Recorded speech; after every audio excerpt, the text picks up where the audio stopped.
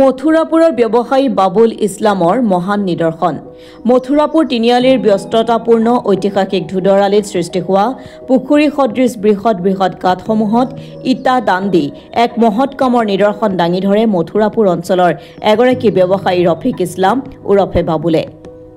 প্ৰায় এবছৰে ঐতিহাসিক ধুদৰালিত সৃষ্টি হোৱা বৃহৎ গাঁতসমূহ গড়কাপ্তানি বিভাগে মেৰামতিৰ কোনো ব্যৱস্থা হাতত নোলোৱাৰ বাবে যান বাহনৰ অহা যোৱা কৰা আৰু জনসাধাৰণৰ লগতে স্কুলীয়া ছাত্ৰ ছাত্ৰীৰ বাবে অতি বিপদজনক অৱস্থাৰ সন্মুখীন হৈ আহিছে। অৱশেষত গড়কাপ্তানি বিভাগৰ আশা বাদ দি মথুৰাপুৰৰ অঞ্চলৰ ব্যৱসায়ী ৰফিক ইছলামে নিজৰ গাঁঠিৰ ধন খৰচ কৰি শনিবাৰে মথুৰাপুৰ তিনিআলিৰ ধুদৰালিত সৃষ্টি হোৱা গাঁতসমূহত কেইবাগাড়ী ইটা দানেৰে প্ৰায় 1 কিলোমিটাৰ পথ মেৰামতি কৰা পৰিলক্ষিত হয়। এই মেৰামতি কামত মথুৰাপুৰ ই ৰিক্সা চালক সন্থাৰ চালকসকলে হাতে কামে লাগি পথটো মেৰামতি কৰাত সহায় কৰে। ৰফিক ইছলামৰ এনে মহান কাৰ্যক মথুৰাপুৰ ই ৰিক্সা চালক সন্থা, মথুৰাপুৰ ব্যৱসায়িক সন্থাৰ লগতে মথুৰাপুৰবাসীয়ে শলাগ লয়।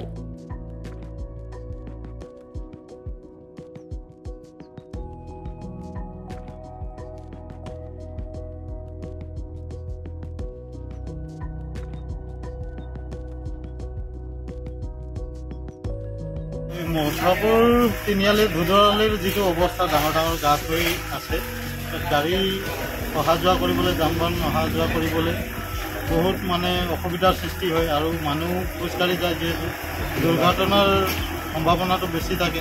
ডাঙৰ ডাঙৰ গাঁত হৈ গৈছে, স্কুলৰ ল'ৰা ছোৱালী অহা যোৱা কৰিবলৈ অসুবিধা হয়। গতিকে আমাৰ মথুৰাপুৰ অঞ্চলৰ এজন ব্যৱসায়ী বাবুল কা সকলোৱে চিনি পায়, এয়া মোৰ লগতে ৰৈ আছে কাষতে।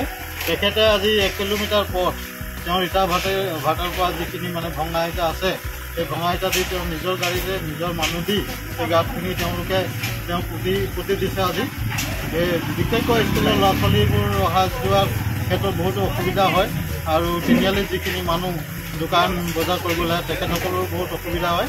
আৰু বাবুল কাই এইখিনি নিজৰ চেষ্টাৰে আজি গাঁতখিনি পতাৰ বাবে আমি মথুৰাপুৰবাসী হিচাপে বাবুল কাক একদম ধন্যবাদ জ্ঞাপন কৰিছোঁ।